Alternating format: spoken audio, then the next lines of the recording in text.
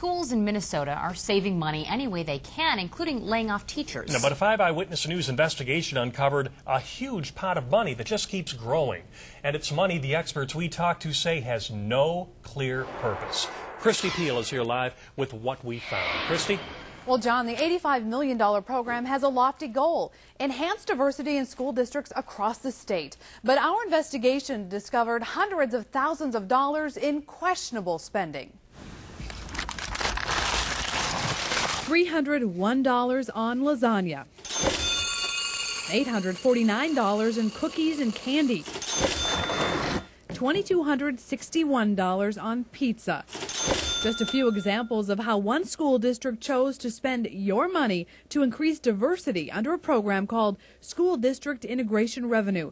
It's an $85 million program that's been described as having no clear purpose and very little oversight. So we did what no one else has done. We went through the district's financial records and chose one to look at line by line. We chose Northwest Suburban. It's a partnership of 7 West Metro districts. It has its own superintendent, Marcia Moore. She makes $119,000 a year managing the district's $4 million for diversity. The district created magnet schools like this arts magnet in Anoka, erasing district lines, attracting students from different cultures who wanted to take classes like interpretive dance, pottery, and songwriting.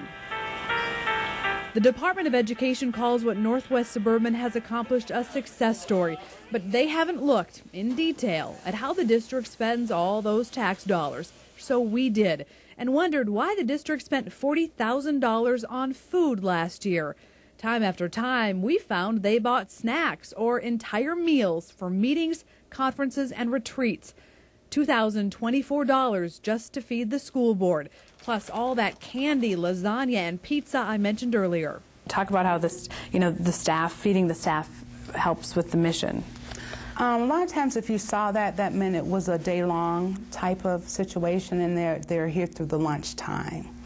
Or if it's a morning, there might be juice and coffee or a roll, but I don't want you to envision this big spread. But we did find they paid more than $200 to feed the school board, month after month after month. Statewide, districts spend $293,000 from the diversity program on food, $24,000 of your money a month for meals and snacks. But do cookies, candy, and pizza for staff really help them teach kids about other cultures? The Department of Education tells us it doesn't have the authority to ask questions like that. If the legislature wishes to give the department more control over those local decisions about integration funding, as the legislative auditor has recommended, that's a responsibility we would take very seriously. You heard him right. The legislative auditor did tell the legislature to increase oversight and clarify what spending all that money is supposed to accomplish. It really allows for practically any type of expenditure to be done under the program. We spoke with 20 different districts that used the funding and found more than 20 different ideas of how the money could be used and what it's for. At the time of the audit in 2005, integration revenue cost taxpayers $79 million. This year, it'll cost $85 million.